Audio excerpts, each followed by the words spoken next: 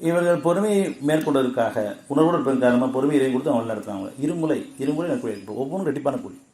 அவன் பாவங்கள் மன்னிக்கப்பட்டு இன்னும் கருணையோட நன்மை அதிகரிக்கும். ரெட்டிப்பான கூலி. ஒரு சூழ்நிலை உருவாகுது, ஒருத்தவங்க பேசிட்டாங்கன்னு சொன்னால் அதை பொறுத்து வச்சு மன்னிப்பதற்கான ஒரு கூலியும் இருக்குது, இன்னும் அது தீமை நீக்கப்பட்ட கூலியும் இருக்குது, அந்த பாவத்துக்கு பரிகாரமும் உள்ள கூலியும் இருக்குது, இன்னும் நன்மைகள் அதிகரிக்கான கூலியும் இருக்குது. ரெட்டிப்பான கூலிகள் ஒவ்வொன்றும் இருக்குது. பொறுமை மேற்கொண்டதற்காக இருமுறை நற்கூலி அளிக்கப்படுவார்கள். மேலும் இவர்கள் நன்மை கொண்டே தீமையை தடுத்துக் கொள்வார்கள். நாம் அவர்களுக்கு அளித்தவற்றிலிருந்து உதவும் செய்வார்கள். ஒருத்தர் உதவியாக இருப்பாங்க, இறைவன் உதவி தேடுவாங்க.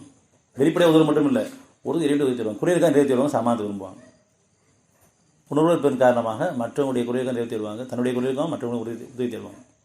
அது பெரிய உதவி, இறைவன் உதவி தேடுறது.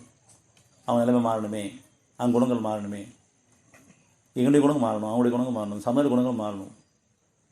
நாங்கள் பொருளை சார்ந்து வாழ்ந்துட்டுருக்கோம், இனி வாழ்க்கை உன்னை சார்ந்து வாழணும், உன்னிகள் வாழணும், தனக்காகவும் தன் குடும்பத்துக்கும் சமுதாயத்துக்கும் அவன்கிட்ட இரண்டு உதவி தருவாங்க. அதுக்கு 55. அன்றையும் இவர்கள் வீணானதை செய்யுற்றால் அதை புறக்கணித்து எங்களுக்கு எங்கள் செயல்கள், உங்களுக்கு உங்கள் செயல்கள், உங்களுக்கு சாந்தி உண்டாகுக, உணர்ந்தறியாதவர்களை நாங்கள் விரும்புவதில்லை என்று கூறுவார்கள். அதனால் மற்றவங்க பற்றி ஒரு குற்றம் பேசும்போது அதை கண்ணியமாக விளைக்குவாங்க. நம்மகிட்ட இவ்வளோ குறைகள் இருக்குது, மற்ற குற்றம் பேச வேண்டாம், அவங்களுக்கு தான் பாம்பு தீருவாங்க, சமாதானத்தை விரும்புவாங்க. உங்கள் செயல் உங்களுக்கு, அவங்க செயல் அவங்களுக்கு, நம்ம செயல் நம்ம செயல். யார் செயலை பற்றி யாரையும் கேட்க மாட்டான், தனித்தனியாக விசாரிக்கப்படுவோம், தனித்தனியாக சோழ நமக்கு இருக்குது. இவரை சுற்றி நடக்கிறதுல சில குறைகள் வரும்பொழுதுலாம் அது குற்றமாக்கிறாமல் இரண்டு உதவி தேடணும்.